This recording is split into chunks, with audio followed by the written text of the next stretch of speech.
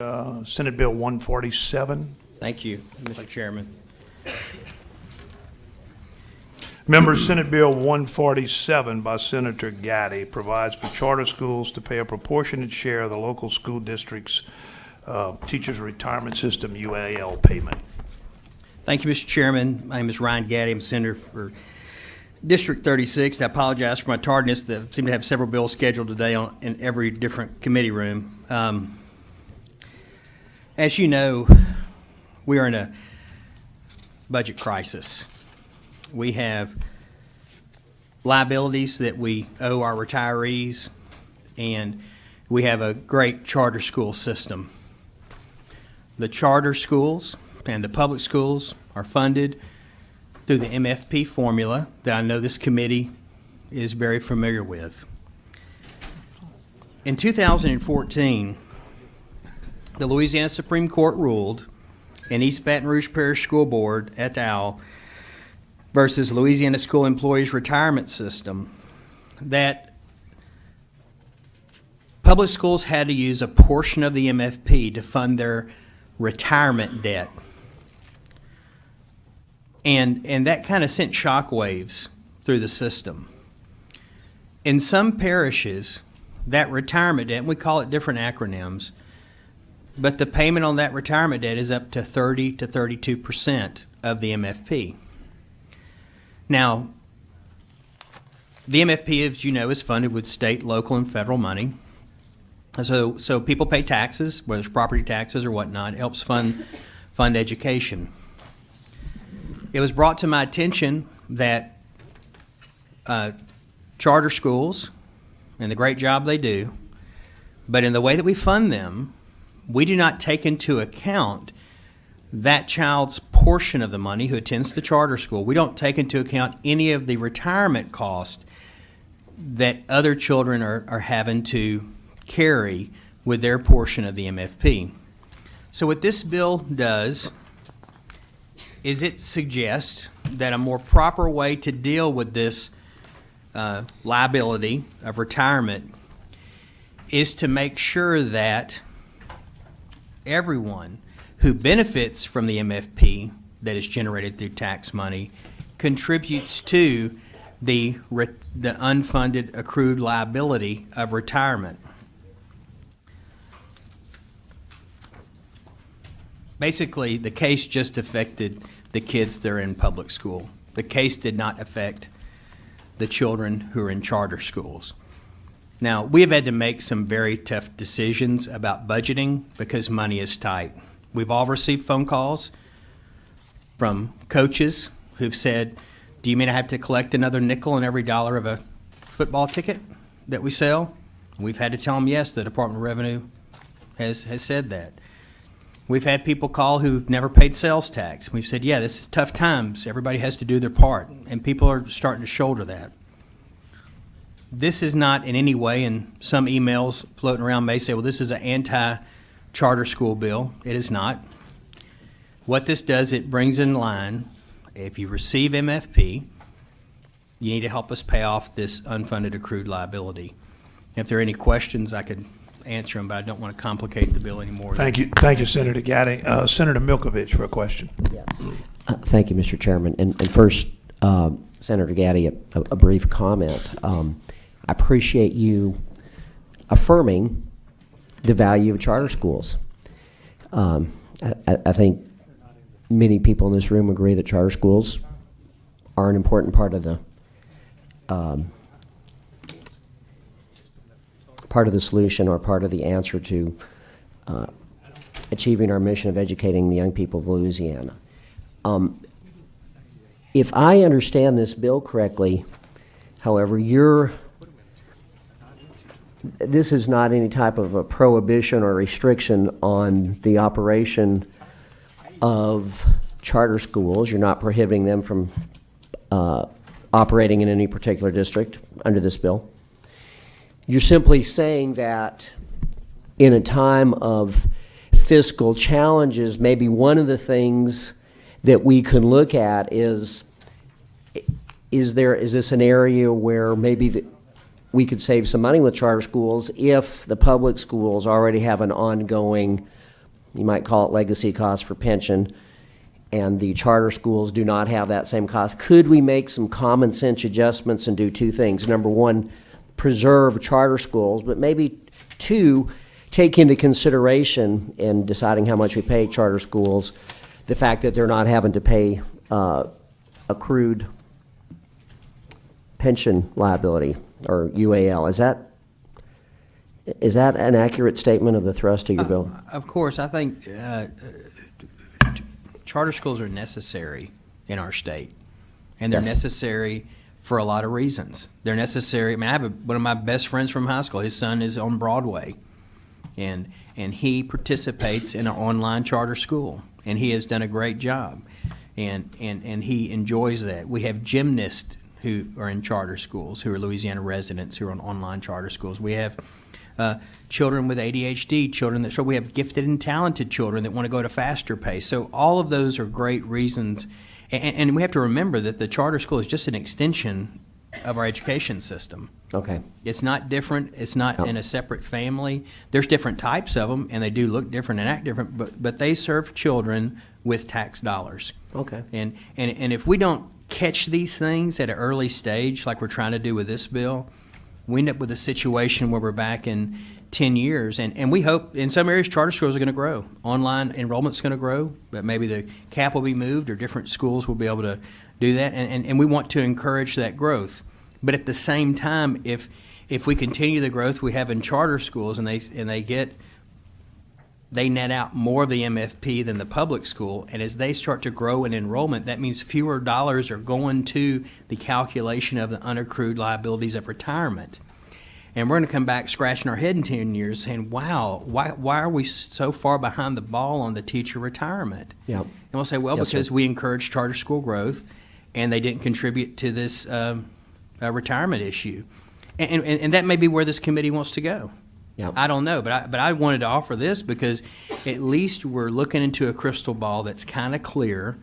We see where the retirement numbers are moving, but this is not a bill that's anti-charter school. This is a bill that says, hey, let's look at this retirement issue. The courts are making us take a part of the MFP in the public school system and earmark it for Basically, you're retirement. saying we acknowledge the value of the charter schools, we applaud school choice, but number three, let's look at the fiscal side of it and see if there's some ways we can cut costs to help the state in this budget challenge that we're facing. Correct. And I think if we extrapolate these numbers out and charter schools continue to grow, which they will, Yep. there's no growth chart that says they're not growing.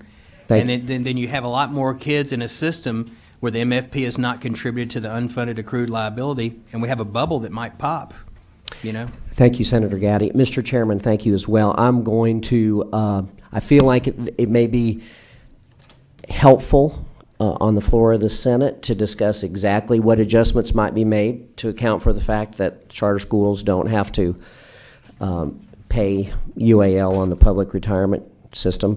But I think this is a good bill because it recognizes school choice, understands the role of charters, but at the same time says let's look at the cost side and see if there's some things that we can do to help the taxpayer. So at the appropriate time, and I'm also understanding that there may be some helpful discussion on this, and at the appropriate time, I'm going to move, Mr. Chairman, to move favorably, report this bill favorably. Thank you, Senator.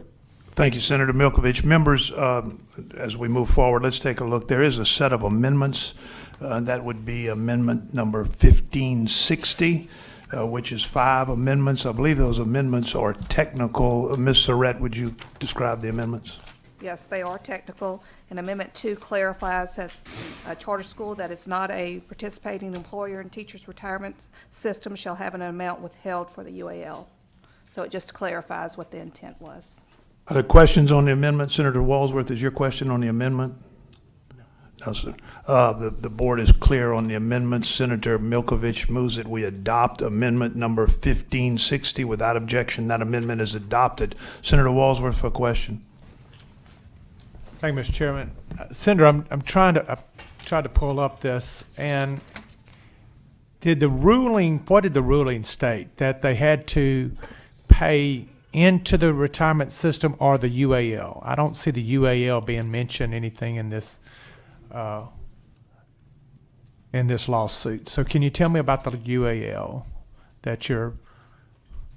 I don't see that in Sure. the lawsuit. Okay, let me find the precise language here.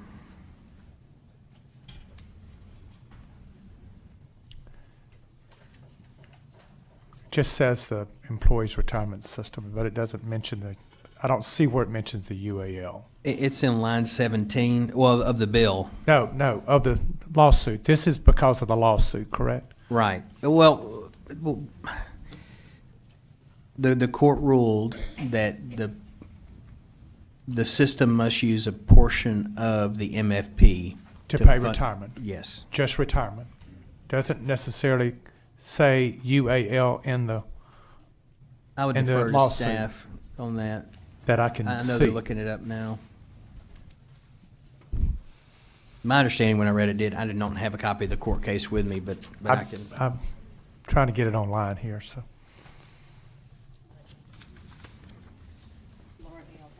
Okay. Ms. Sullivan, you have that? Hold on, where? Is that you? Is that me? Ms. Sullivan? What the suit was over was a question about whether the amount required for employer contributions to, in this particular case, it was the Louisiana School Employees Retirement System, but it would also apply to the other state retirement systems. The Constitution requires the state to provide certain payments annually. And the school boards alleged that the state was not fulfilling its constitutional obligation because they weren't making direct payments and the MFP was not keeping pace with the rise and fall of the contributions that were required annually. As I think everybody knows, the UAL is a debt of the state, and depending on who you talk to, the UAL payments are equal to or superior to a call on the Treasury of our bondholders. So, but the practice has been that money for retirement payments for any agency are run through the budget of the agency. The legislature, the Department of Ed, LSU, they're given the money in their appropriation as part of what they're supposed to do. The court found that we're in a block grant now, but previously the MFP was line item. They looked at what those line items were and found that the payments to the retirement systems had previously been in the line item version and that the block grant covered everything that had been in the line item, and concluding that therefore the school systems must use their MFP money to pay these retirement contributions, the normal costs as well as the UAL. Not all charter schools, there are a few charter schools that are not in the retirement system. And so this seeks to capture whatever portion of the UAL money that's in the MFP and not use it for the charter schools that aren't in TRSL and instead use that to pay down the debt of the system. Senator Walsworth? I guess my question, Laura Gill, would be, the ruling said that you've got to use MFP, a portion of the MFP, didn't say a specific amount to pay retirement costs. Just retirement costs, not necessarily UAL, it's got to be 17% from the MFP that you get has to go to retirement. It just says you got to pay part of your Right. MFP has got, but they didn't put any kind of specific numbers in there at No. all, and didn't Because it's still a mention, block grant. and didn't necessarily say some's got to go to the retirement system and the other part has got to go to the UAL. Right, and to be clear, the retirement system calculates the UAL payment in dollars, and it's turned into a contribution rate by dividing over the payroll of the people in the system. In the system. The contribution rate does not take into account the payroll of these charter schools that do not participate. What that means is the rate is higher, the contribution rate is higher than it would be if everybody's payroll was a part of that denominator. Okay. And- All right, so, go ahead. Go ahead. And so, in essence, you will have, like in Bossier Parish, the percentage may be 32% of the MFP. Okay, would go towards that, what I call the retirement But load. the judge did not order a percentage. It just says This is all you're part, getting. part You're not of gonna- your MFP does have to go to the, to retirement cause. Well, you know, it's like you give your child an allowance $5 a week, and you also pay their gas for their car, all right? And then you come to them and say, you got to use your $5 to pay your gas now. Right, Well, if correct. their gas is $3, they're only netting $2. And if your other child, you say, well, look, I'm gonna still pay for your gas. You don't have to worry about paying for your gas. Well, then one child gets $5, one child gets $2. And so all this really does is say every parish has a different percentage of load they carry as a retirement. And and however they want to do the math, they all do it the same way. It's a percentage of the total MFP they get. That's not correct. I don't think Okay. that's correct. Is that- I am I mistaken? think what the judge rule is that a portion of your MFP has to go to retirement, but it doesn't say if it's 1% Right. or 100%. And you're saying, hey, it's 32%. That's not what I gather in my reading of the judge just said. A portion of the MFP has to go to retirement. True. That's what the judge said. So And maybe I'm misunderstanding the way you're. but now your explanation is that 32% is in, let's say Bossier, is 32%, and now I'm going to go into the charter school that's at Bossier and say now you're going to put up 32% of your MFP and pay for this retirement cost of the TRSL. Is that not what you're trying to do here?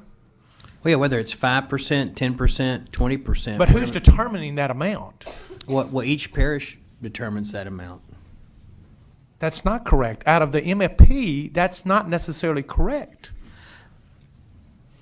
I'll ask the staff to clarify that because I think. I'm Again, a mistaken. judge did not tell you how much percentage that you have to put in. It just said that a portion, doesn't say 1% or 100%. You make that decision on your own. I think it's because every parish is different. Correct.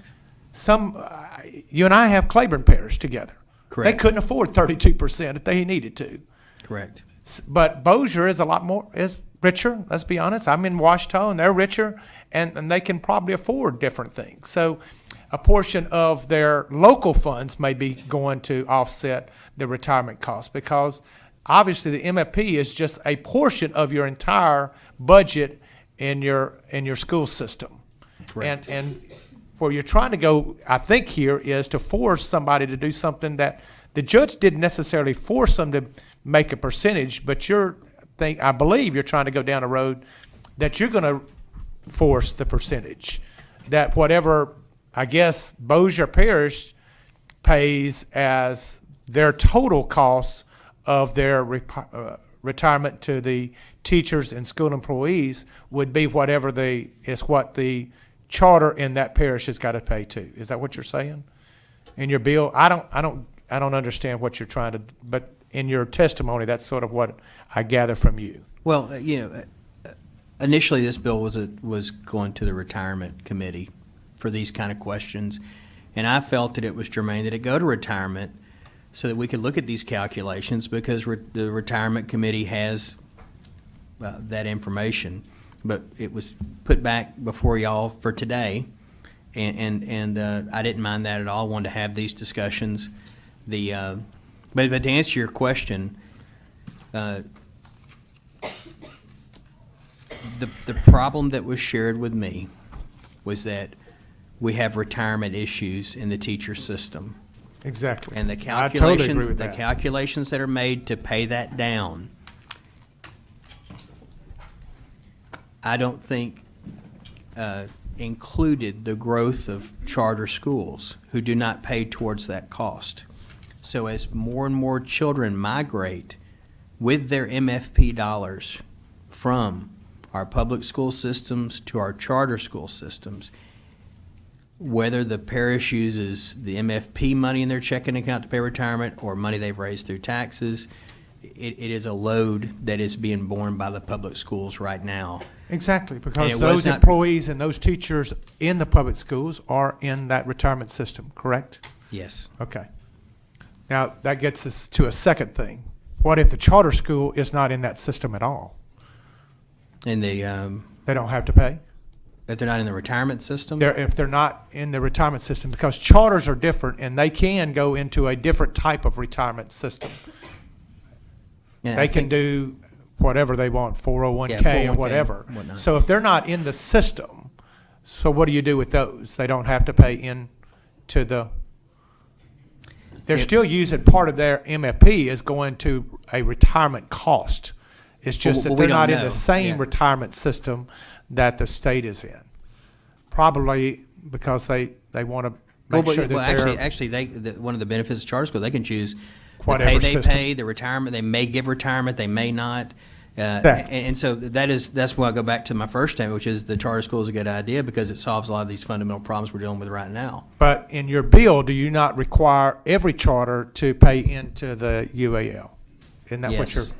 even though they're not in teachers' retirement system or in school employee retirement system? Well, If what- their what- what employees my- are not in the system, But if we use that logic and we say since their teachers are not in the retirement system, then that's one way to look at it. The way I look at it is that these are state tax dollars that follow a child, and those state tax dollars are supposed to be used for certain things. And we agreed ahead of time it's okay to use them for charter schools through the MFP process. Okay? right.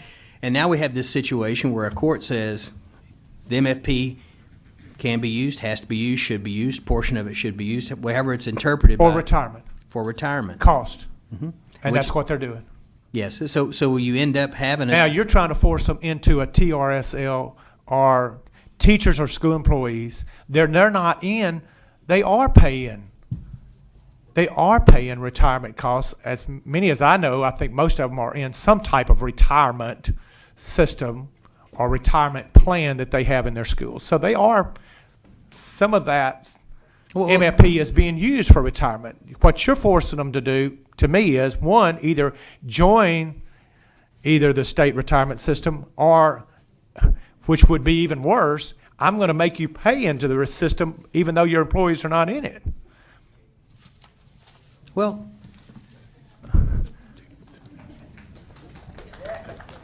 I mean, am I correct? I mean, you're either going to, no, it's not correct, but the logic makes sense, and I'll tell you what I mean by that. Okay. Is that we have public schools who are now saddled with a retirement cost that when they agreed to this. but their employees are in those systems. But. Those employees are in the system. Senator Walsworth. Bossier Parish School employees go are ahead, in the finish. system, and the teachers are in that system. Correct. The charters may or may not be in that system. Now, if they're in that system, I agree. They should probably pay some of the UAL just like everybody else does. But if they're not in the system, you're forcing them into something that they're not even participating in. Well, if the court had said the state has to keep paying the unaccrued liabilities and they're the retirement ones that costs. got they're Well, let me finish. Walsworth, Go ahead. Go ahead. If the Supreme Court of Louisiana would have said the school board's right, you can't in essence cut their net MFP by now shifting retirement costs into the subset of what we give the public schools of MFP, then yeah, you'd be right.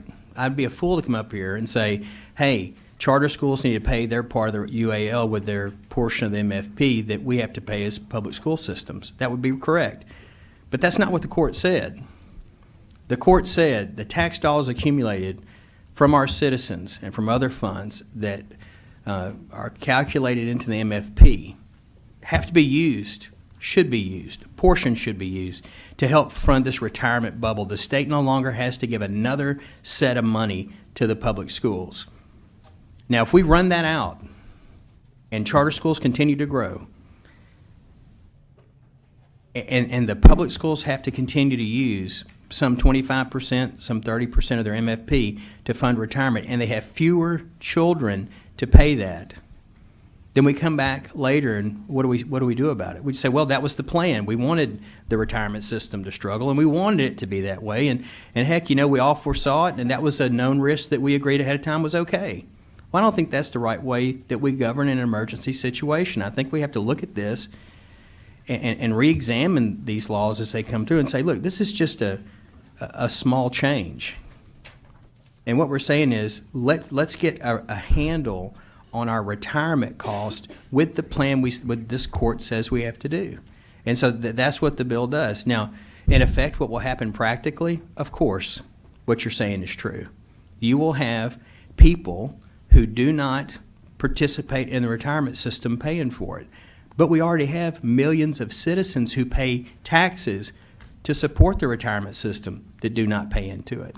We already agree ahead Those of time. parents are already doing the same thing. They pay taxes every single day. Correct. So let me ask you one other question. Sure. Because I'm not a lawyer and I'm not trying to be one. I don't see a single plaintiff that's a charter school. It is all parish school systems.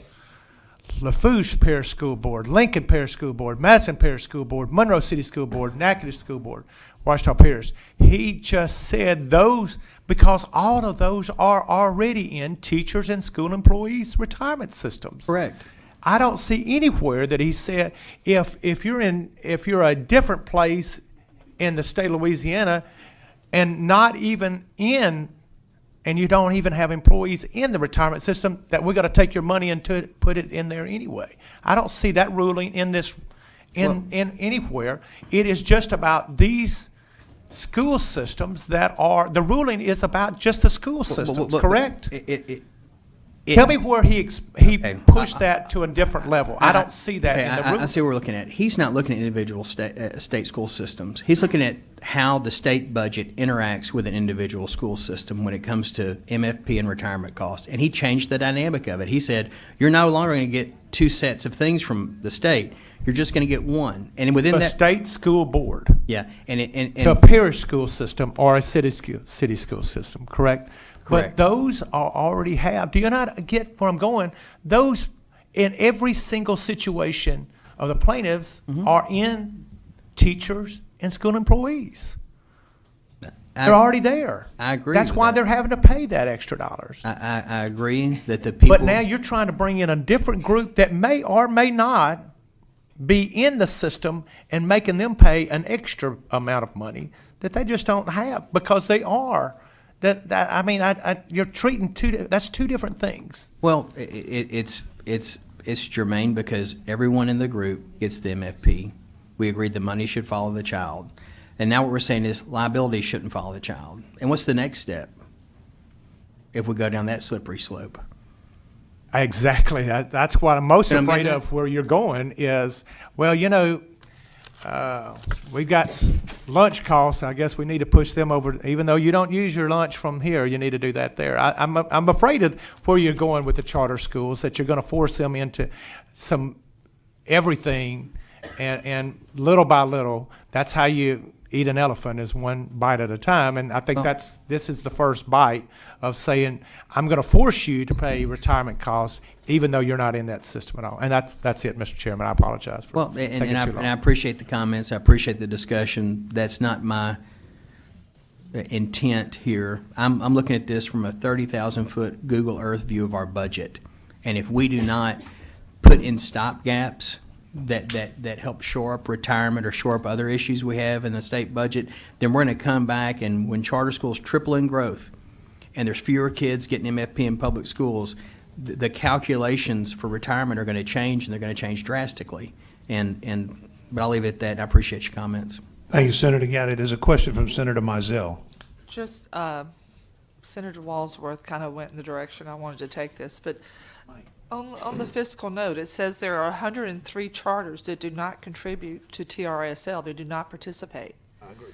So you're basically saying to those 103 charters, we're going to take money from you to give to TRSL, even though you do not participate in TRSL. Well, and we're not doing it because of who they are. We're doing it from the source of where they got their money and what that money has been determined by the Supreme Court to fund. But if you believe that the money should follow the child, which you just said, then the money should follow the child's teacher in the same way. But the problem we have, looking at it in that way, is that we have a massive retirement debt that we're trying to pay down, and we're using MFP to do it. And if we take people out of the system, and I think charter schools should grow, but if we don't let them know now, this is something we're going to slowly titrate up, or this is something you're going to have to help us with, like we're telling 8th graders right now who are studying for TOPS, who are taking harder classes, we're going to have tough talks with those families when we go back home and say, look, I know this is something we started out promising you, but we have to titrate it down because our total budget issue has changed.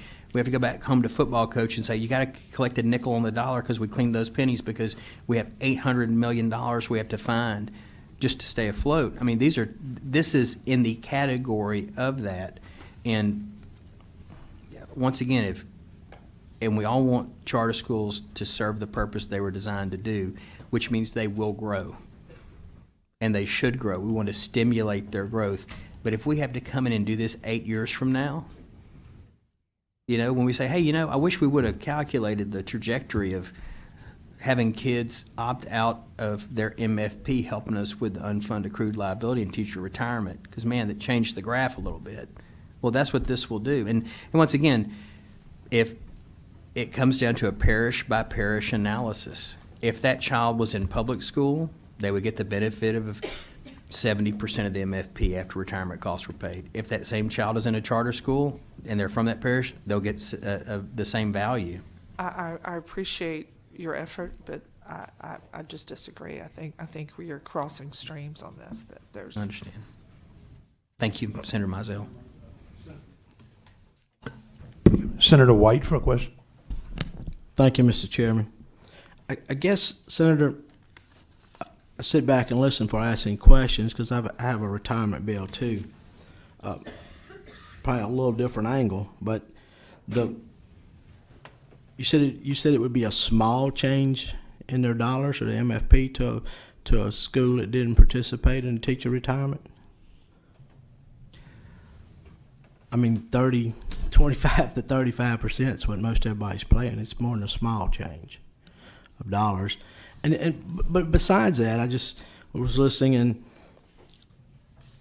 what it seems like, and with the amendment and amendment number 2, it makes sure you're capturing any charter school that doesn't participate in the teacher retirement system. What if they started down another path with their retirement system and took another option for their employees? They would pay that plus go back and pay a portion of the UAL for the teacher retirement? I mean, that's what this says to me. So they would pay their retirement for their employees that were in another system. Say it was a 401 in Social Security. They would pay that, and then they'd have to come back and put another 30% into the UAL for the state retirement system. I mean, now you're getting up toward 50% of your money.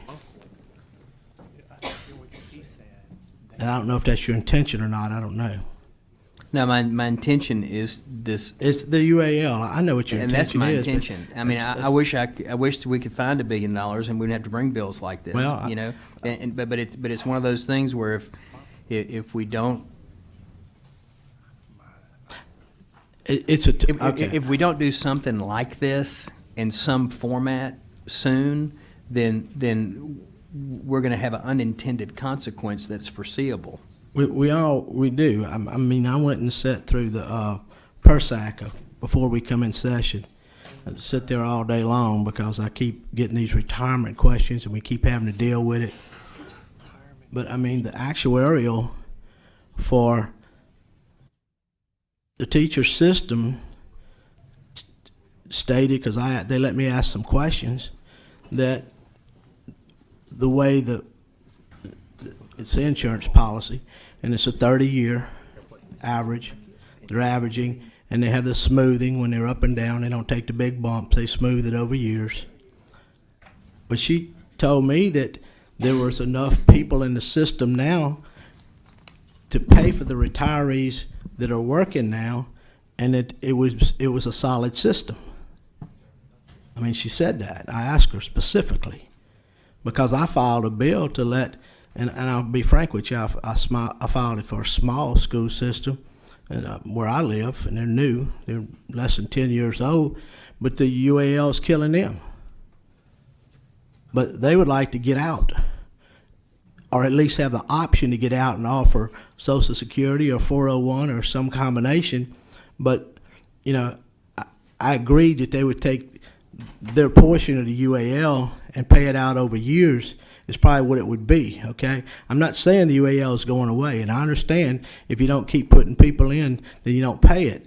But if you keep putting people in and the UAL still is growing, then at some point we got to do something different. Well, and it's either going to be one big different thing we do, one catch-all solution that solves the whole problem, which is typically dumping a bunch of money in it. That's a windfall to the state, and we use it for that. Or it's going to be a bunch of small corrections. Well, I talked to Mr. Fannin about that because he was over appropriations for a long time. And he used to be a school teacher. Right. And a few years back, we put a couple of $100 million in, and we had a downturn in the stock market, and it ate it up in a year. Correct. You know, we'd have probably done better if we'd have put it on some roads or something. Yeah. As far as the state bang for their bucks. I mean, it's no easy answer to this, but the way I understand this is if I chose a different option, which there was no prohibitions, I don't think the judge said that if you're not in the system, you have to pay. Correct. But you have to use a portion for retirement, and if they're offering a retirement in their charter, then they're probably meeting that obligation. And it's hard for me to tell them that you got to keep paying your retirement plus pay another retirement when there was nothing when they started to tell you to do that, and there was no negotiation on that. That's going to be a huge hit for those folks to pay their 30% plus another 30% to pay another obligation. Well, you know, I would not be opposed to having some type of cap, you know, if that's where you're going on the amount of the MFP that a charter school receives that would be earmarked for what this case derives. And I have an equation in the bill that I worked with staff with that was kind of generic that would fit all the different independent school districts. But if there's based on what Senator Walshworth said, it may be better just to put in a number and say, this is the number to use towards.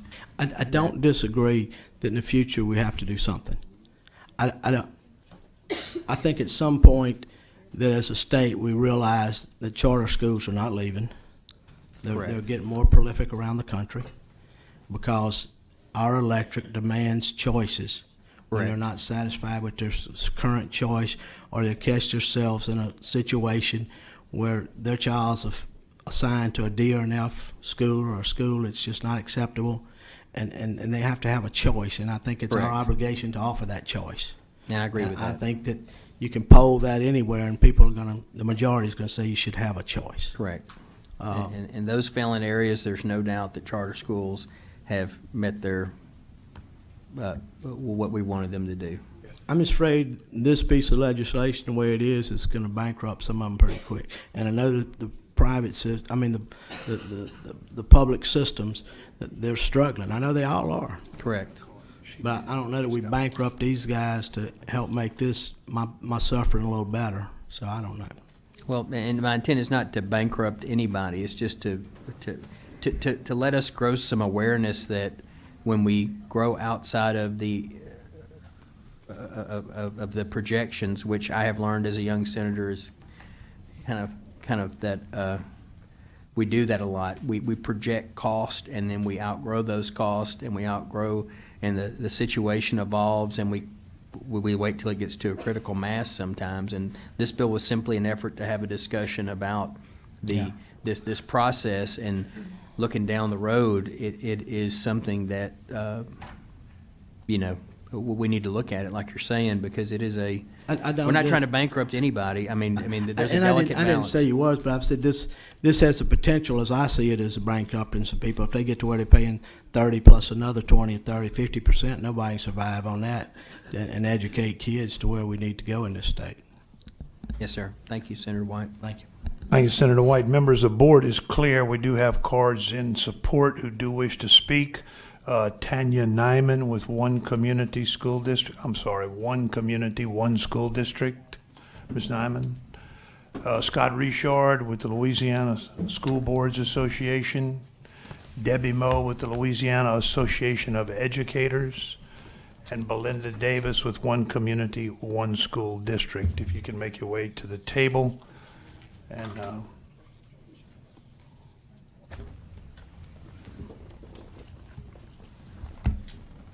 Ms. Nyman, Oh, do I have to no, kiss Scott Mr. Richard. Good morning, committee members. Scott Richard, LSBA Executive Director, representing the 69 public school districts that are evidenced on the document that's being passed out right now. I guess I'd like to start by clarifying that charter schools are public schools. The 69 school districts are contain public schools. The public schools in our state are funded by, partially, state funding through the Minimum Foundation Program. That means all public schools are funded through the Minimum Foundation Program. In regards to the court case that was referenced in Senator Gatti's presentation, prior to the 90s, direct costs were included in that state funding formula, meaning it was a line item by line item expenditure based formula, where retirement costs were indicated by each school district based on their payroll. And the state was funding based on that calculation.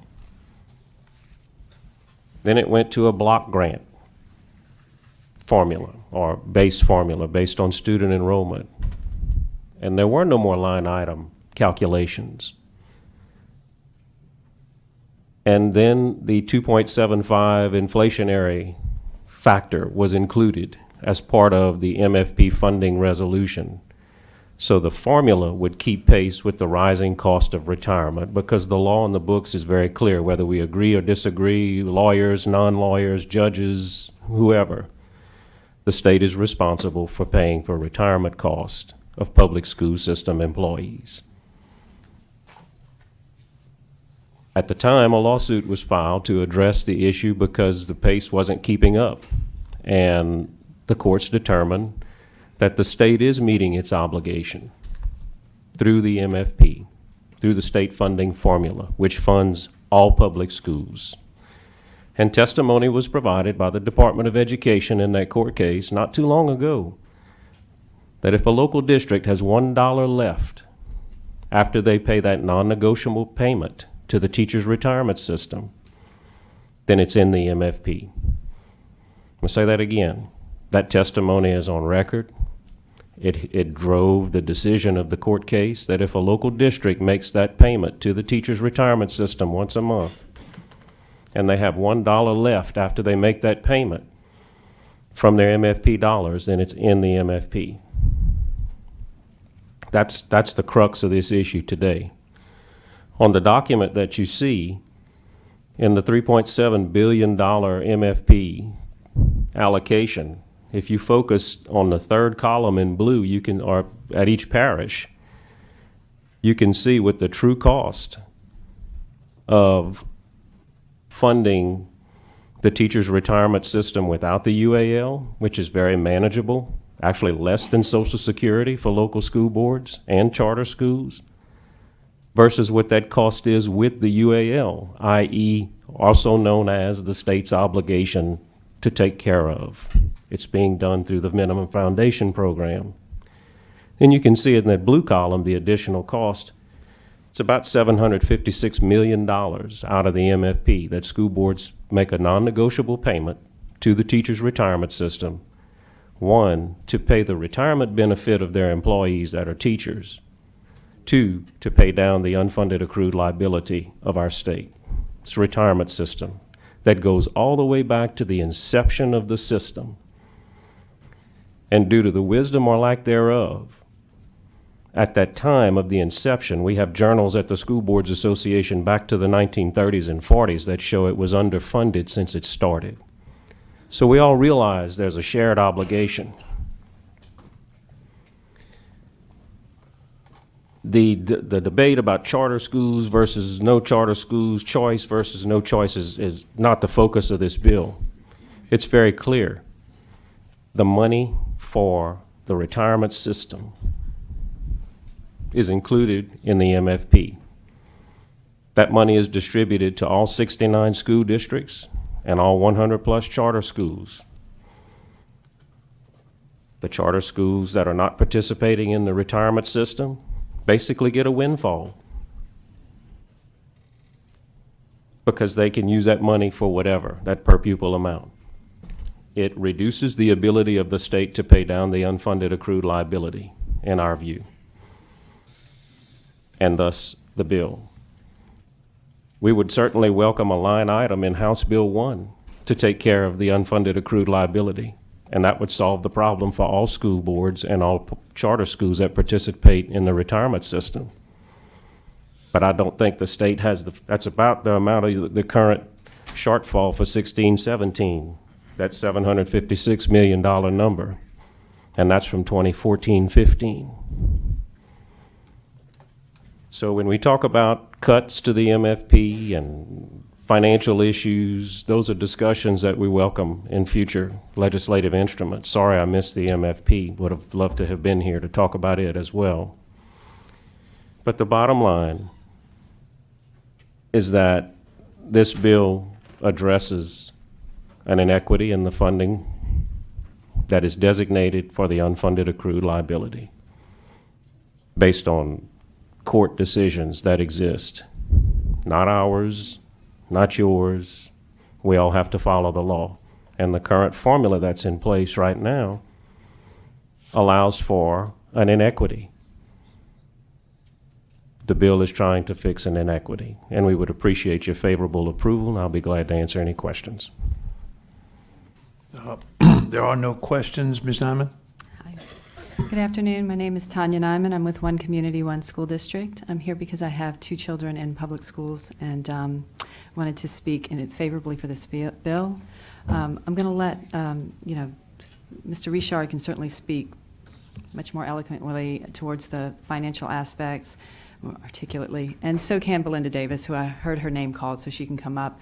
But it is my understanding that it is unfair, and I'm kind of surprised. Mr. Walsworth, you're one of the familiar faces that I see here. You know, there's so many new faces on this committee now since we've been here advocating against the breakaway school district.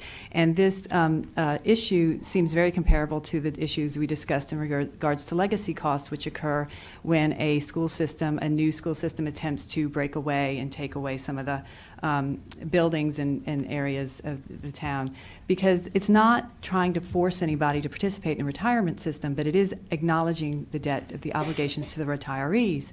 So everybody shares that. And so it's not the same percentage. So it wouldn't be 32% for all the children, because it's like an insurance policy. The more people who participate, well, then the smaller the burden, right? And so the problem is that for the immediate concern, it is unfair for my child to have to shoulder a disproportionate share of that state's debt out of his MFP in order to provide for its obligation to this unfunded accrued liability. And because this wasn't anticipated when they set up the charter school law, that they didn't address it then, that they get to walk away from that debt. I'm sure if charter schools had existed when they created that agreement, they would have worked something into it. And I think what the sponsor of the bill was trying to explain is that if you don't try to address it now, what is going to happen is inevitably a collapse. Because the fact is it's as more children move out of the traditional public school systems and into the charters, that's allowing fewer and fewer children to shoulder that burden, fewer and fewer dollars to go to their education. So it creates this downward spiral. So fewer and fewer people go to the traditional public schools, and more charters get created, and fewer people are there to help pick up that burden. So it's like an insurance policy, if you can imagine, where you have only unhealthy people in insurance policy. Well, then yes, the company can't sustain itself. But if you have a lot of people, healthy people and people who are suffering, participating, well, then the cost is shared broadly and the organization can survive. So, as the sponsor said, deal with it now or deal with it later when there's no one left to contribute towards that unfunded accrued liability. But somebody will be paying a pretty big piper, and there will be a collapse. So on behalf of my child, we would certainly like to see more of his education dollars going towards providing for that education, including arts and music and all the rest. They've had to get rid of an art teacher, we're down to a music teacher, things like that. And I think it's only fair that all the children who want to participate and receive public tax dollars and state taxpayer funds also contribute toward those state tax liabilities. Thank you. Thank you, Ms. Nyman. Ms. Moe.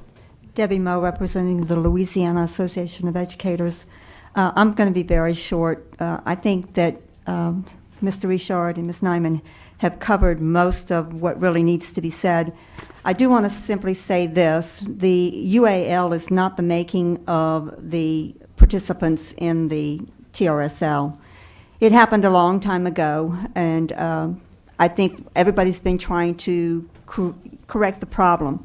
And there's been a great deal of good work done by the legislature and by TRSL to make sure that the system stays sound, and as well as the other retirement systems.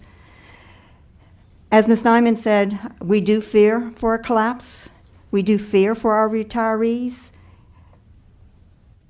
But that's not going to let the state off the hook. It is a contract with the state workers who work in our classrooms every day. I don't know how we correct this problem. This bill attempts one solution. Maybe there are many other solutions, but we have to find that solution. And I don't think that, as Ms. Nyman said, when the charter school law was put into effect, that anybody foresaw what this was going to do to our teacher retirement system and other retirement systems. I am not saying that charter schools should not exist.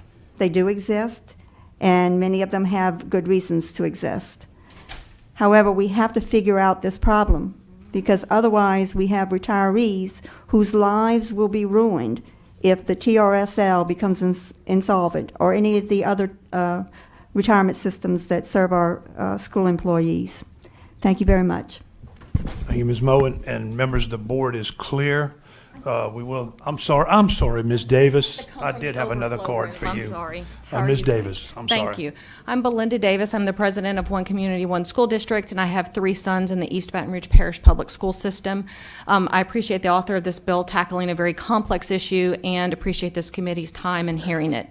And because it's complex, I'd like to use a little analogy.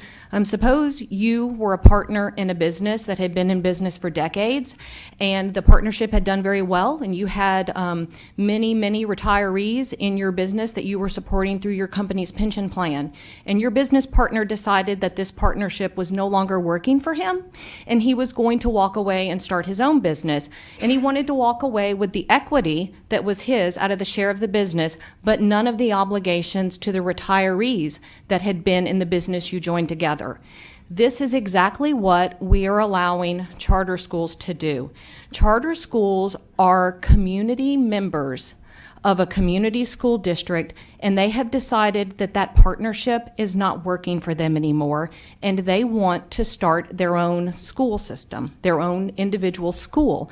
And they are taking the equity, the MFP, from that community school system and using it to educate their kids, but they are taking none of the financial obligations that that community incurred for retirees.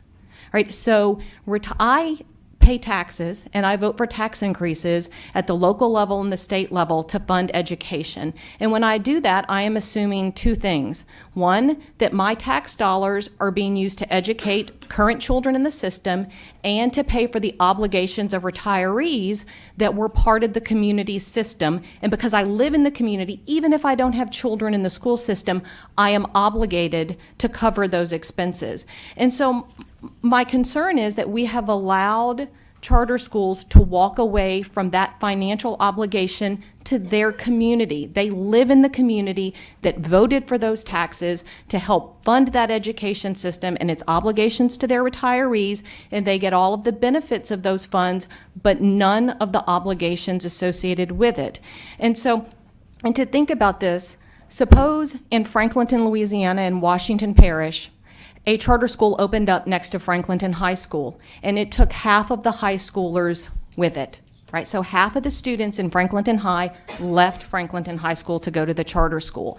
So if, say, Franklinton had 800 students to start, now they have 400. That means that now all of the retirement obligations that were being taken care of by 800 students now fall solely on the shoulders of the 400 students who have remained in Franklinton High School. And so what you're doing, in a sense, is that you're punishing choice. You are punishing students and parents who have chosen to remain in traditional public schools because you are not forcing charter schools to share the obligations that they incurred when they were members of our community and they liked our partnership. So thank you for your time. I appreciate it. Thank you, Ms. Davis. I apologize for leaving you out. Members, there are other cards in support who do not wish to speak, but because there are quite a few, I will not read them into the record, but I assure you, if you filled out a card, it will be included in the record. The board is clear. We're going to hear now from the opponents. I have, I believe, 10 cards of people who do wish to speak. I would ask that you make your comments and keep them as brief as possible, but we're going to give everyone the opportunity to speak, and we won't limit you. Sean Wilson with the International High School of New Orleans, Caroline Romer with the Louisiana Association of Public Charter Schools, Bridget Nyland with the Louisiana Association of Business and Industry. If you could make your way to the table. And there are more, and I will allow you certainly to speak. Just.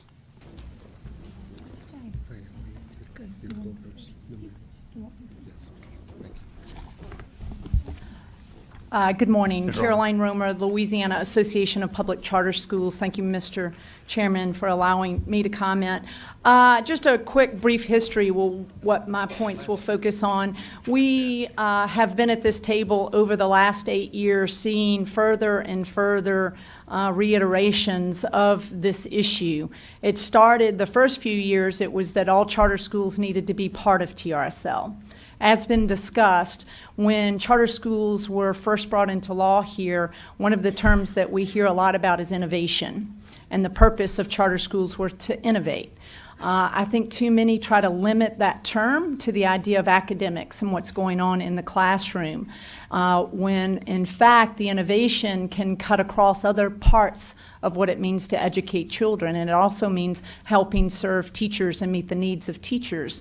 And charter schools over the years have been innovating through those finances and through those benefits and doing things directly for their teachers. TRSL was something that was formed back in like 1930. Times have changed. Teaching profession has changed. And again, let's innovate and think of other ways we can do this. And while we're getting to this conversation about fairness, I want to agree with Ms. Moe and Mr. Richardson. Yes, this is a historic moment. That it's unfortunate that it's being placed on the backs of teachers when really the UAL is a result of chronic government underfunding. You didn't make the payments, not you personally, but the payments have not been made, and now we want to say that it should be placed on districts when, again, we should be allowing all public schools the opportunity to make decisions as close to the classroom and teachers as possible, including on the benefits programs that they have. Again, as these bills have come through, we've seen them go from you must be in TRSL to you need to pay on the IUAL, you need to pay on the UAL, the OAB or AOB, lots of different letters. But what it doesn't talk about is that all charter schools are providing for their teachers a retirement benefit. They have to, because no teacher is forced in a charter school. They choose to be there. And so you better have a program in place for them, salaries and benefits and a teaching environment that they want to be part of. So some of our charter schools have chosen to be part of TRSL because that's what they've needed to recruit teachers in their area, while others have chosen to do something else. And those others are fully funding their benefits program and not creating a UAL, and they shouldn't be punished for that. Thank you. Senator Walls, if you have a question for Ms. Romer, would you wait? Okay, thank you. I'm sorry, Ms. Nyland or Mr. Wilson? Yes. Go ahead, Mr. Wilson. Thank you, Chairman. Good morning. My name is Sean Wilson, and I represent the International High School of Louisiana, which is a Type 2 charter school in New Orleans. We are a school that does not participate in the TRSL program, and we, in doing some estimates in terms of the cost of the program to our school, if we were to be mandated to participate in the UAL, would be around $600,000 per year, which is about 15% of our annual budget. So when looking at the current cuts that are coming down the pipeline, inclusive of this UAL, would only exacerbate an issue that we already have in terms of the challenges and the recruiting that we have to do in terms of making what we do offer to our teachers something that is a program that they are willing to participate in. So the idea of funding the UAL, I believe, is a direct impact, or will have a direct impact on the operations of the organization as well as the program that we are able to provide at the school. And though this is a process that has happened over years, we are not unaware, we're not unappreciative of the position that the current state of the finance in the state of Louisiana. However, I think that it would do undue justice for those students and families that have made a choice, and not necessarily a choice because they had many options, but they made a choice because they did not have options. So I do ask that you reject this bill in total. Thanks. Thank you, Mr. Wilson. Ms. Nyland. Thank you, Mr. Chair and committee members. I'm Bridget Nealon with the Louisiana Association of Business and Industry. Lobby, of course, does support meaningful retirement system reform. This bill does not reflect that. What it is an attempt to have select schools pay into a debt that they had absolutely no responsibility in creating. The result of this bill would that some schools would either be forced to enter into TRSL or would be paying a retirement system, Social Security, and a UAL debt of something that preceded them by decades.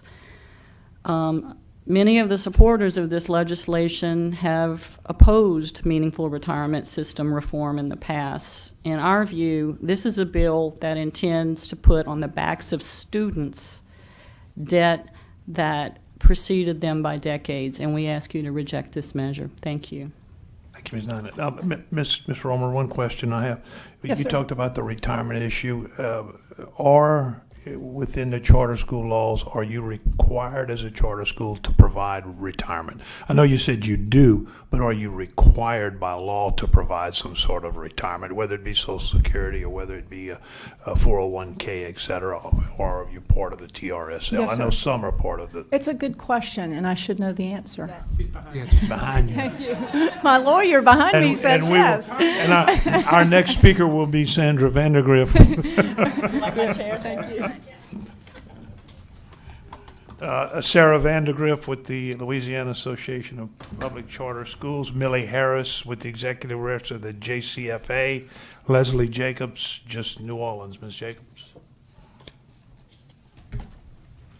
Ms. Vandergriff. Thank you, Senator. To answer your question, yes, it's Section 17, 3997. That is charter school law employees. In that provision of charter school law, it requires that charter school employees have to be notified of specific benefits they will be offered as specified in the charter school contract. Further in that section of law, it talks about the fact that charter schools have the choice, but that choice also has to be in a contract. So this issue, this proposed bill, does a number of things. It's now also running into some constitutional issues about infringing upon contractual obligations and permissions that the legislature has permitted these charter schools to do. So per charter school law, the legislature gives you the choice, and that choice has to be in contract, both contract with your authorizer and then contract with your employees. Some other clarifications I want to say.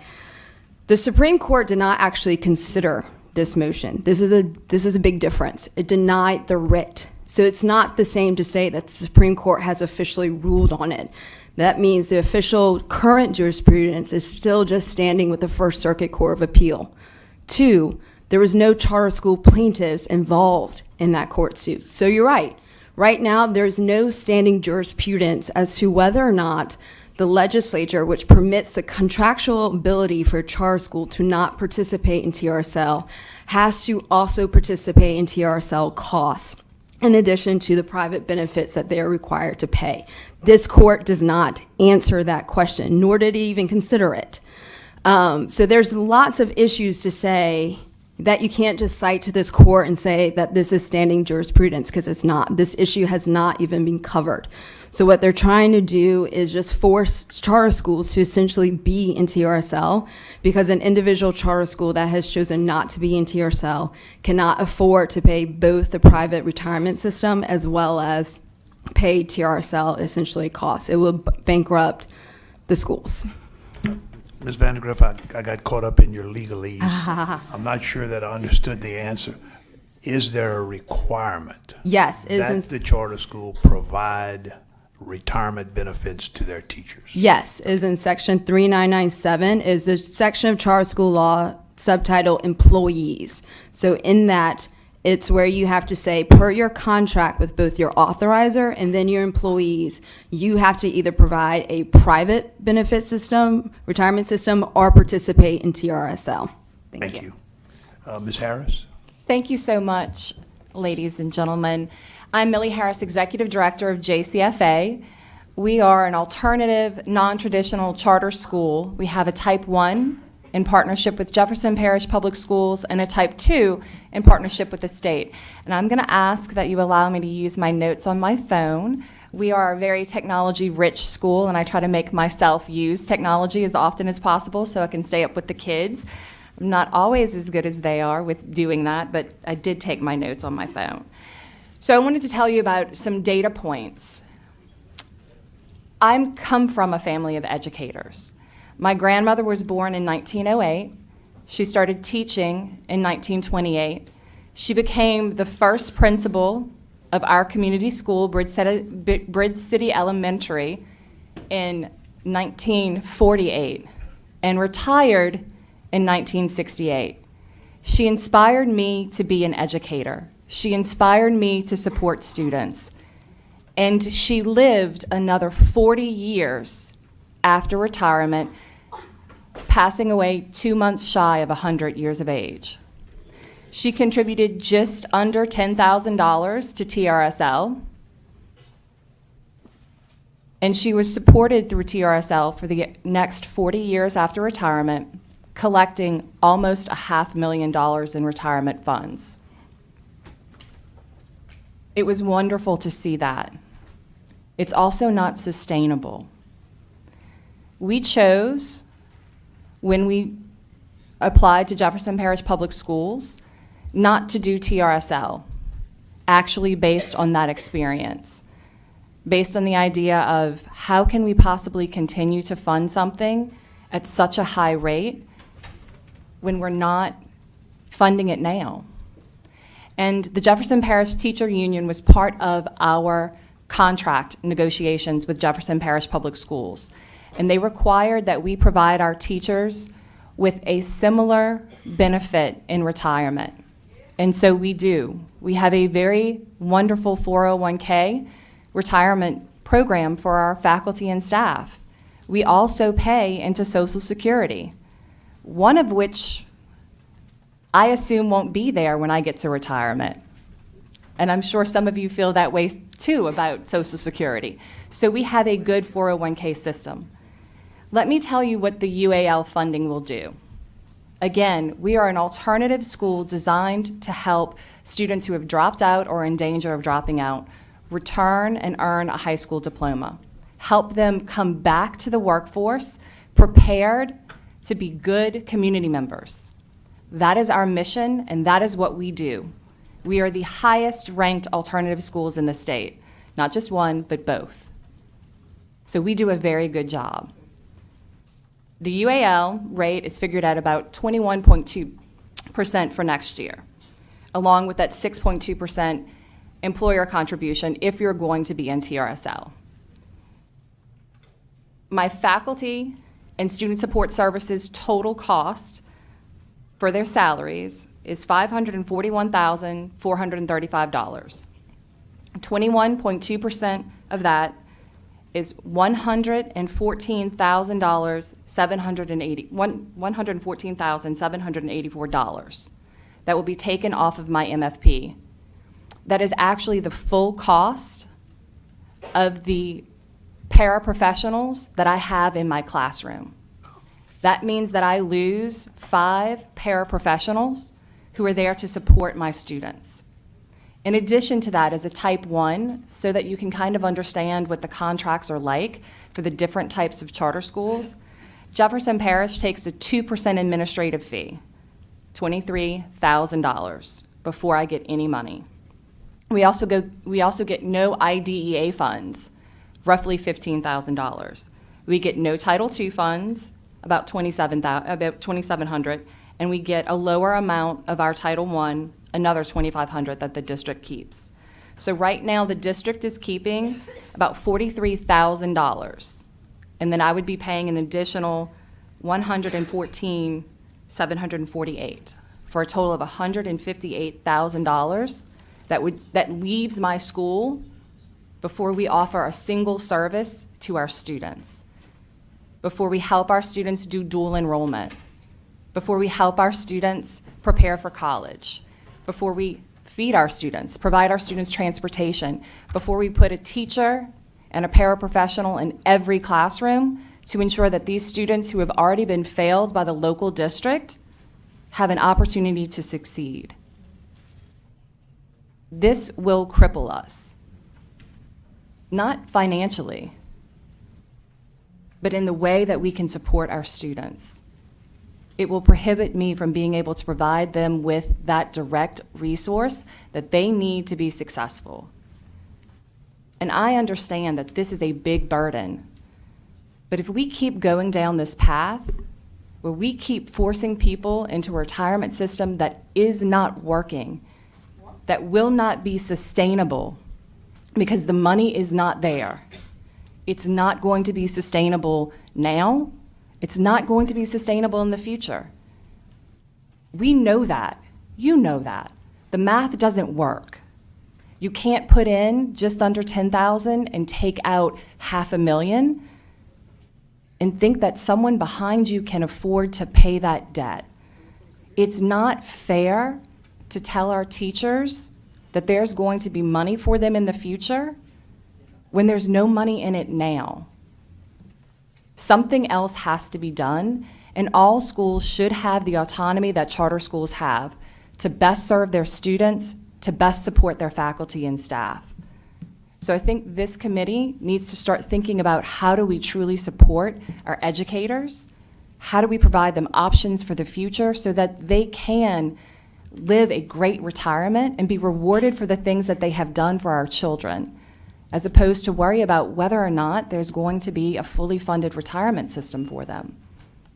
Thank you so much.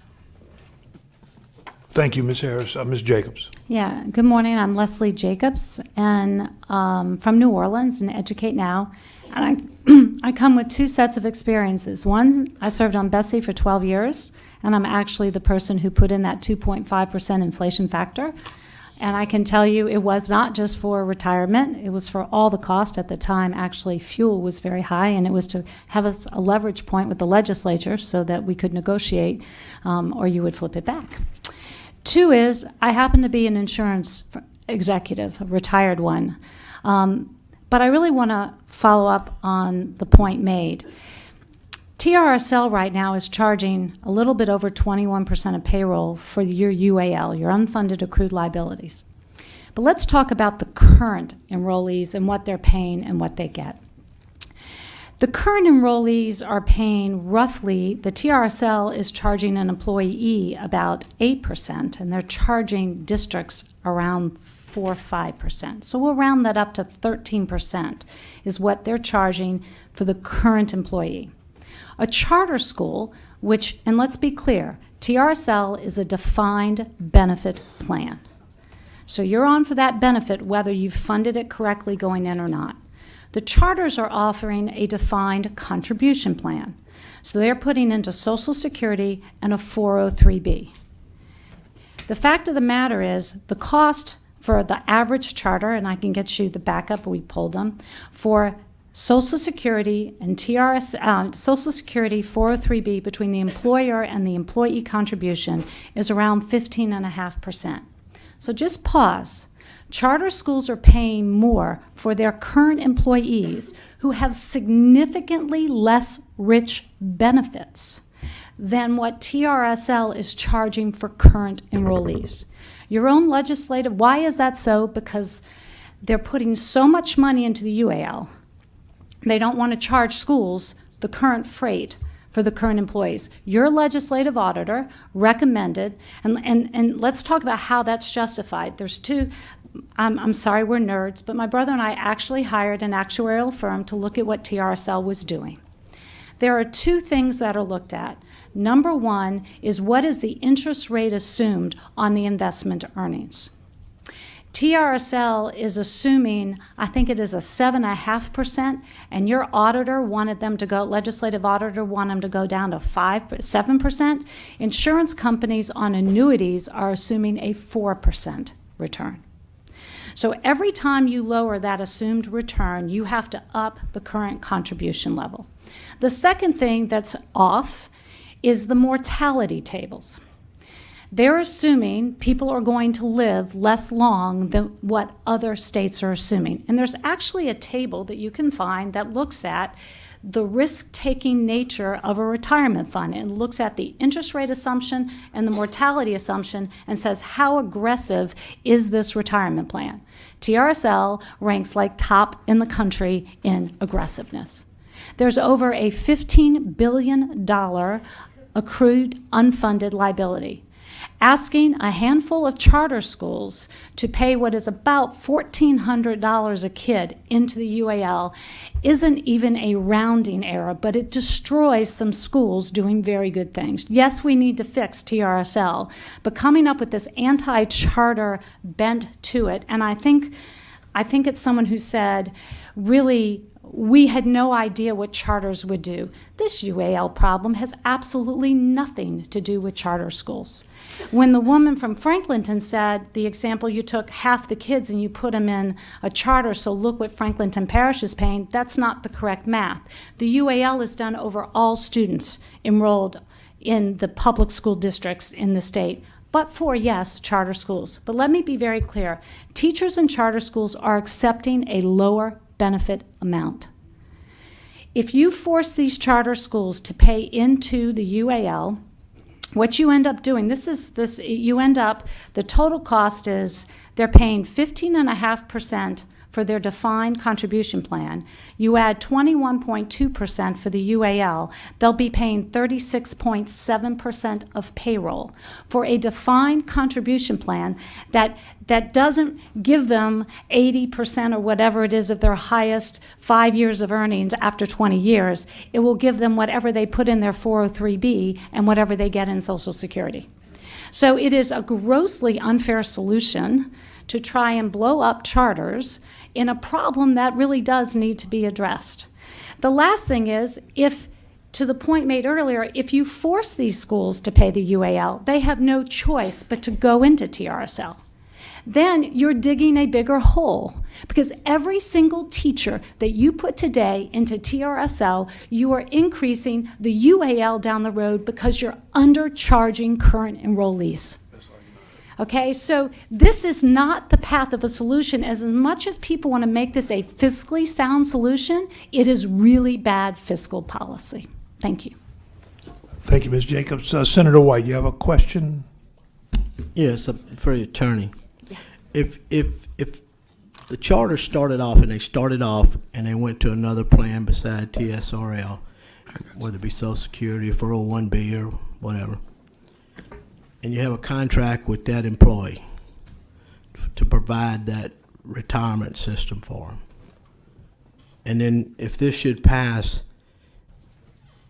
in which it does exactly what you said, it forces you into TSRL. What does it do to that contract that you have with that employee if you can't do both?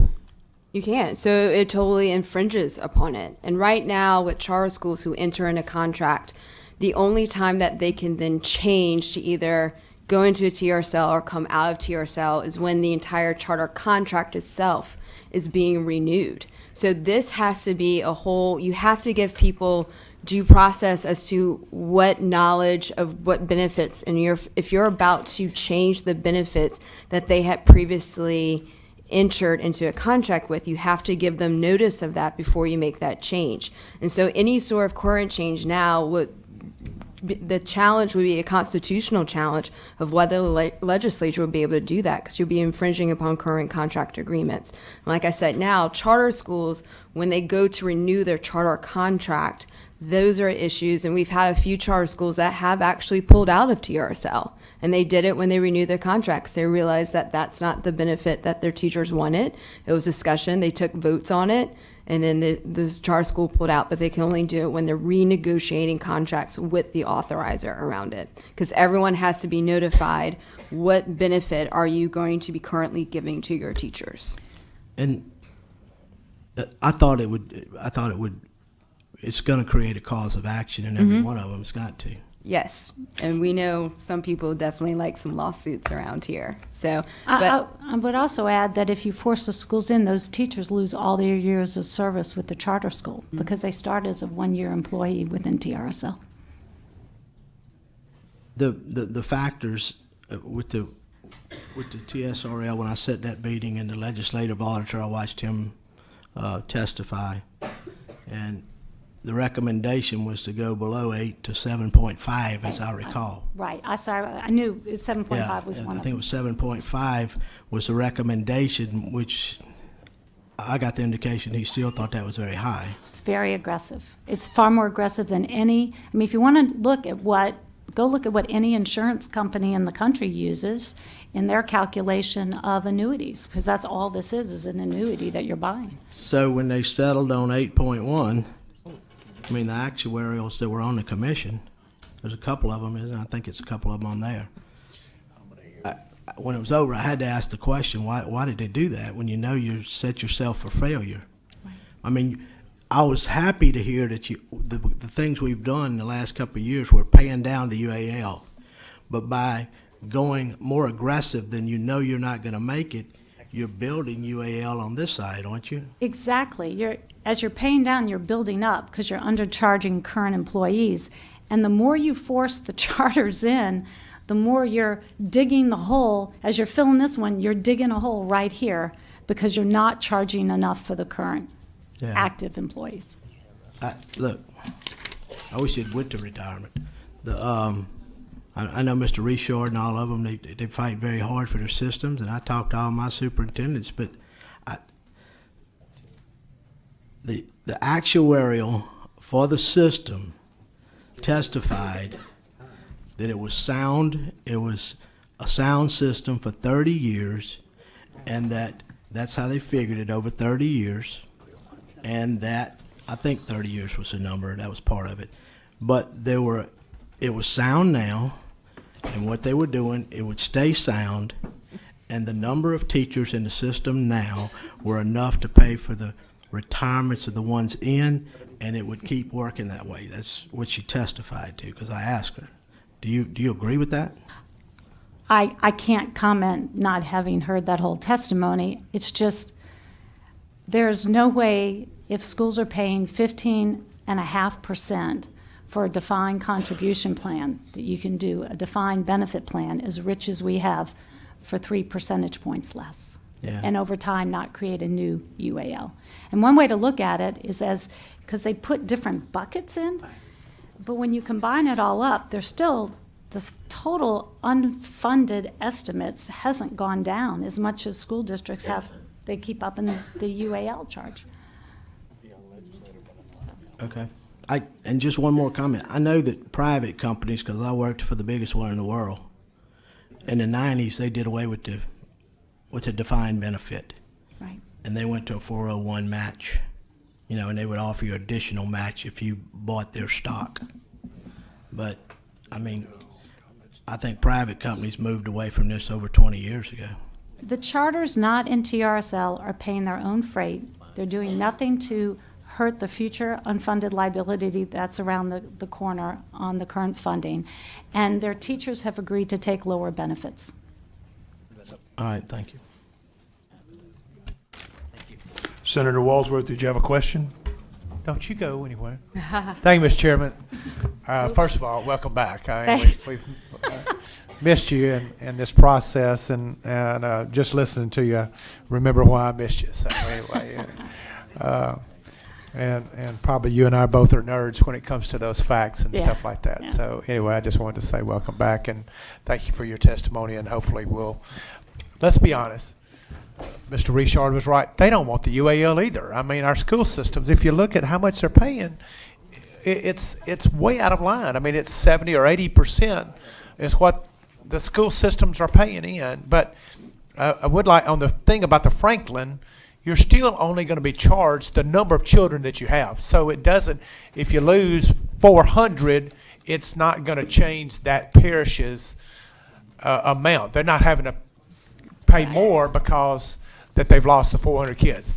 The per parish amount still stays the same because of the number of kids that you have. Well, we're not it's really changing the them number, up and down. It's a percent of payroll. Now, overall, it will be. So, percent of payroll. but it's not that you're going to, oh my God, you're going to have to double your UAL payment because you've lost half your kids. That's not what goes on in this thing. So Correct. anyway, thank y'all all, and my attorney, thank you for being here.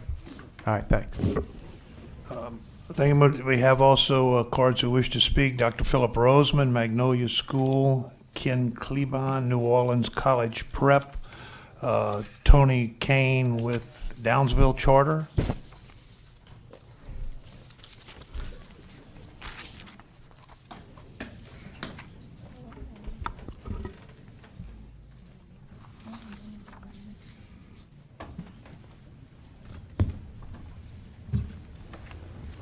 Gentlemen, proceed. I'm Dr. Philip Roseman. I'm on the board of Magnolia School of Excellence in Shreveport. I think this has been covered well. I just want to make a couple of comments. But before I do, I'd like to take a personal privilege to recognize and thank publicly Leslie Jacobs. The charter school movement in Louisiana began with Miss Jacobs. She has a lot of scars from that work, and to Leslie, we owe her a lot. And I'd just like to thank her and ask for a round of applause for Leslie. Thank you. Ms. Jacobs? Thank you. So let me say quickly just that a part of managing a school is dealing with the finances, and we fight tooth and nail every day to get money into the classrooms of our schools. I think, we can understand the negative impact of the inflation of the UAL on school districts. The money intended for the classroom by the taxpayers is not being spent there. The answer to the problem, as we've talked about a great deal here, is not in this bill. It's in comprehensive pension reform. I know every time we have a discussion at the Chamber of Commerce, every time there's a talk about any new tax, whether it's local or a state, this is brought up constantly about pension reform in our state. If I do the math right in what I heard today, at our school, when we reach full enrollment of our K through 12 system of 2,000 students, that'll be a $2.8 million hit on our school. I don't know how we can manage that and continue to provide excellence in education. I don't know how we can manage that and keep the school doors open. I disagree with the statement that this isn't an anti-charter bill, even if it's not that intent. I ask you to please vote no on this bill. This will do nothing to help the big problem that we have with the pension system, and it will ruin a lot of charter schools in this state. Thank you, Dr. Rosen. Good afternoon. My name is Ben Klebon. I'm the founder and president of New Orleans College Prep Charter Schools. We operate 4 different campuses across uptown and central city area of New Orleans, about 1,500 students. We serve primarily low-income African-American students. I'm here to tell you, Senator Gatti said earlier that he thought that charters should grow. But as a charter school operator, this bill will not only disable us from growing, it will shut us down. I polled last year with a similar bill was filed my teachers, and over 90% of them do not want to be part of TRSL. They're happy with the private retirement defined contribution plan they have, and so we haven't gone that route because we've been responsive to our teachers. I can't tell from the fiscal note what the per pupil impact, because it's not in there. I know there's a lot of numbers floating around. What I can see is $34.5 million in contributions from charters as a result of this bill. And what I was also told was the total UAL is over $11 billion. I've also heard a number even higher than that. All I know is it's a lot of money. And $35 million is not even a drop in the bucket, 0.3%. So what's happening here is we are not solving the UAL problem, and we're causing a disproportional impact on the schools, the charter schools, only 100 of them, to have to shoulder the burden for no effect. I can tell you that I would have to fire probably somewhere in the neighborhood of 10 different teachers to try to make up for this deficit. You want to multiply that by 100 schools, we're at 1,000 teachers being laid off. For what? We haven't gotten anywhere. So lastly, I just ask that you would oppose this bill because, again, to recap, it causes an undue impact on teachers and ultimately kids in a negative way, and does nothing in return for the liability and the problem that you're trying to solve. Thank you. Thank you, sir. Mr. Kane? Panel, my name is Tony Kane. I'm the Executive Director of Downsville Charter School. My experience in education is pretty varied. I have served as a teacher, a principal, an executive director, and a school board member of an LEA over my lifetime, and I have seen all aspects as it regards to charters on both sides of the issue. My purpose in speaking, I think the people before me have made an excellent case of the negative impact from a business perspective and what its impact will be on those charter schools who opt not to participate in TRSL. My school does participate in TRSL, so from a financial aspect, we have no dog in the hunt. From a charter aspect and from a policy aspect, we have every dog in the hunt. One of the things, I know it's not normally the purpose of people coming to this table to ask questions, but I would like a point of clarification. Would the purpose of this bill be to spread the burden? Would it be to raise additional revenue, or to both? Because that's really, so far in this discussion today, we can't tell if we're trying to raise more revenue or if we're just trying to spread the burden or if we're trying to do a little bit of both. So I would ask if we could get a clarification from Senator Gatti whether or not that's the case, which one of those is the case. Mr. Kane, we'll allow Senator Gatti to do that upon his closing. Okay.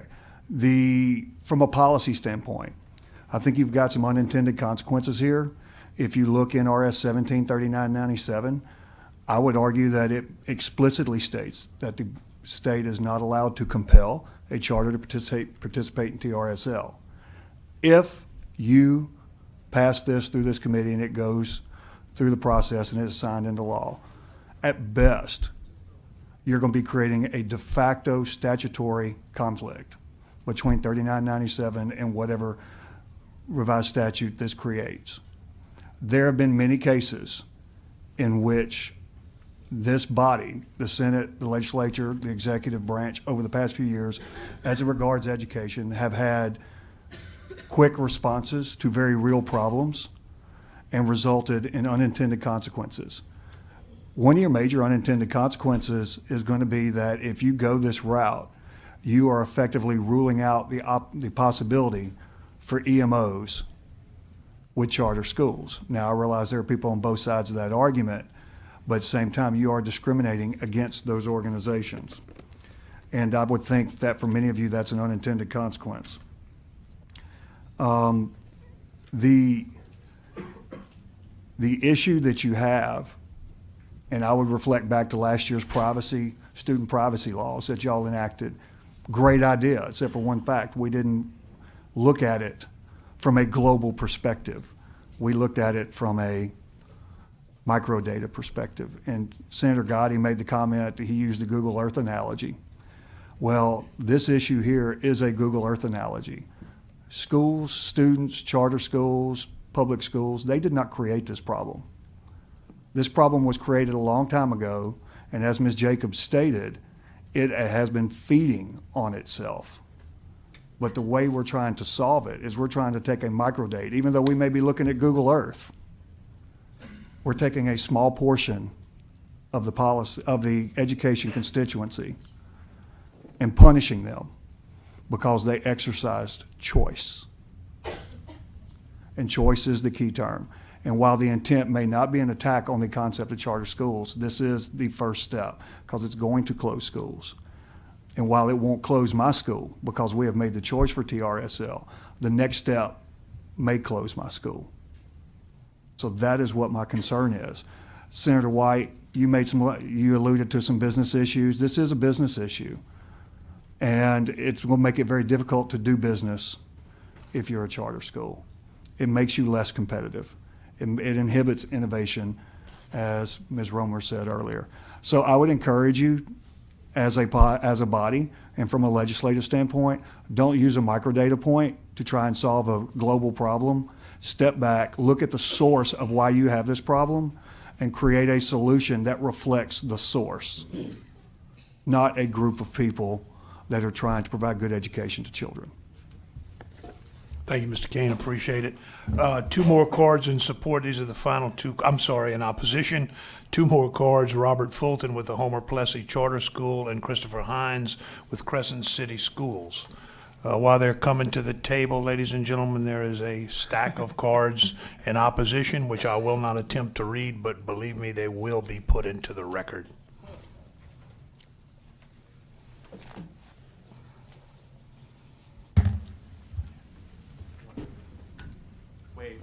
Mr.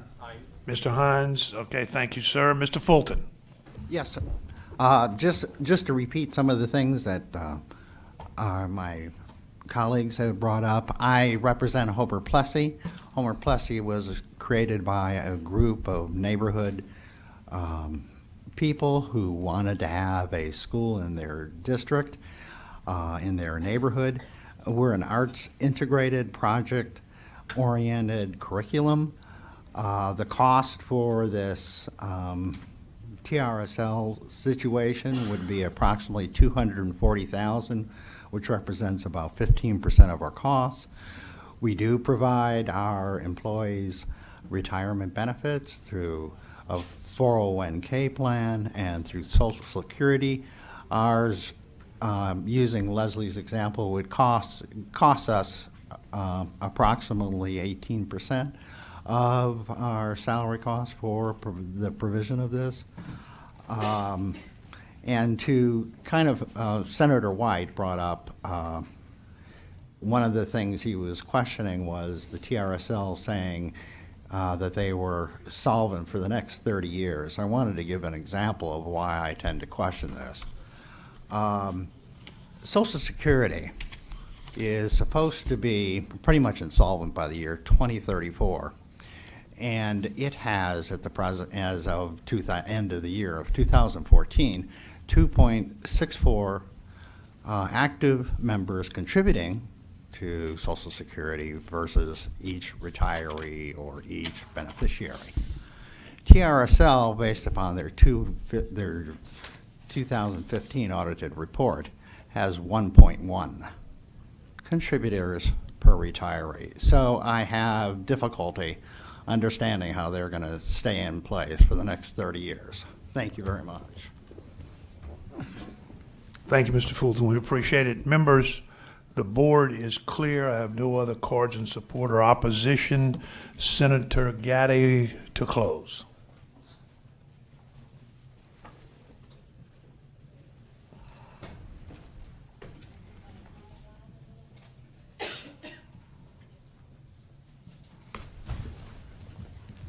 Thank you, Mr. Chairman. I took copious notes of the opposition. I have a short 57-minute response. I'm joking. You know, I appreciate the debate that we have on bills like this because it brings everybody to the table and we get to walk through some issues. And I want to just share with you some quotes. These cuts are going to kill us. These cuts are going to bankrupt us. I don't know how we're going to keep our doors open. We're trying to get as much money to the classroom as we can. If you mess with our MFP allocation, then we're not going to be able to do what the state says we're supposed to do. Those aren't quotes from the opposition we heard today. Those are quotes from our local school boards every time we try to cut their MFP directly or indirectly. These are all public schools that we're dealing with. They're all public schools. And the way that we handle ourselves with these public schools should create a delicate relationship between the public schools that are traditional schools and the public schools that fall under whichever type of charter school they do. This bill's not intended to bankrupt anybody. Not at all. This bill is intended for us to look at our problem and face it. Both sides have trouble keeping their doors open. Both sides have trouble meeting the needs of the children in the classroom. These are things both sides face. This bill simply says you're both trying to do the same job with the same children, with the same socioeconomic backgrounds. Let's try to even it just a little. Let's do something so that we're not making it so contentious that one is really being treated better than the other in some ways and the other one's treated better in other ways. And that's the evolution of this process. So I understand that many people have said that maybe this is microdata, maybe this is, we're dealing with this wrong. We even had some constitutional arguments that are unique because what happens if we have to cut the MFP during the special session? What if that happens? You know, so we have some big issues here with the way that we fund all public schools, and including those that are charter schools. So when Dr. Roseman said, wow, this would hit us with $2.8 million, imagine what that does to a parish that has 22,000 students with an AB average, and they're told you have to use a portion of your MFP to fund your retirement. That's a big hit to a local school district.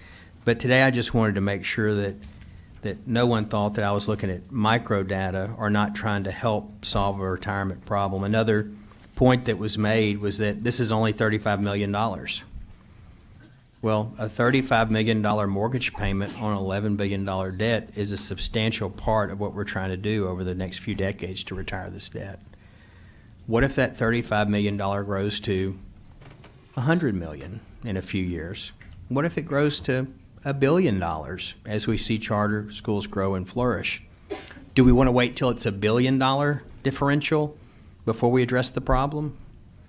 And whether we make charter schools contribute the same as the same amount that the home parish of the child contributes to retirement MFP, or if we pick a lesser amount, any amount would be helpful to start the discussion. So I don't want to go through every item here, partly because there were so many. The other part is that I have horrible handwriting and I can't read all of them. But I would just close with this. You know, our public schools are very important. Our charter schools are very important. And based on discussions I've had with the members of the board and discussions we've heard today, I would like to see a favorable passage of this bill. Thank you. Thank you, Senator Gatti. And members, Senator Milkovich has moved that Senate Bill 147 be reported favorably as amended. And Senator Walsworth has a substitute motion that Senate Bill 147 be deferred. Is there any objection to the substitute motion? Senator Milkovich objects. The vote will be on the substitute motion. A vote yes will be for the substitute motion. A vote no will be opposed to the substitute motion. And the substitute motion is to defer Senate Bill 147. Ms. Heidenthal, please call the roll. Senator Appel? Yes. Senator Boudreau? Senator Milkovich? No. Senator Mizell? Yes. Senator Walsworth? Yes. Yes. Senator White? 4 yes, 1 no. Thank you, members, and that substitute motion does pass by 4 to 1, and that Senate Bill 147 will be deferred. Thank you, Senator Gatti. We appreciate you bringing that to us and the frank discussion that we had, and to all of those who participated.